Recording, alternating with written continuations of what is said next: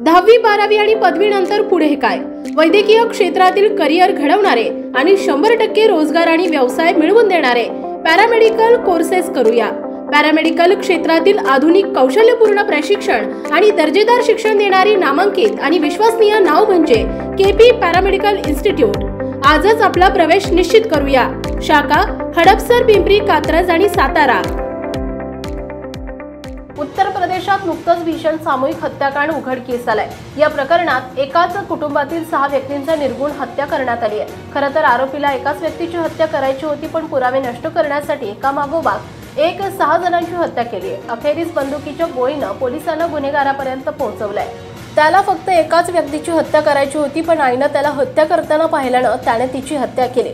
2 जणांची हत्या केल्यावर आरोपीचा विचार बदलला आणि कुटुंबातील 6 जणांची त्यानं हत्या केली। त्यावेळी त्याने एक गोळी अशी झाडली की त्या गोळीनं 2 जणांचे बळी घेतले, पण हीच गोळी पोलिसांच्या तपासात महत्त्वाचा दुवा ठरली।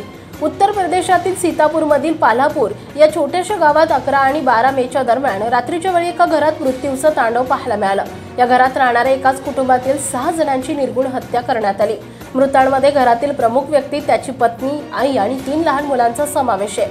ही घटना मास मर्डर कम सुसाइड अर्थात सामूहिक हत्येनंतर आत्महत्या असल्याचं सांगितलं गेलं।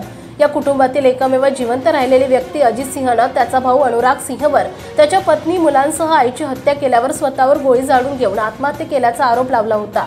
या आधारे पोलीस तपास करत होते। पोलीस तपासात मारेकऱ्याला एकाच व्यक्तीची हत्या करायची होती, पण हत्या करताना घरात झोपलेली दुसरी व्यक्ती जागी झाली, त्यामुळे त्या व्यक्तीची हत्या करावी लागली। पण 2 जणांची हत्या केल्यावर मारेकऱ्याने विचार केला की तिसऱ्या व्यक्तीला सोडून का द्यायचं, म्हणून त्याने तिसऱ्या व्यक्तीवर सुद्धा गोळी झाडली।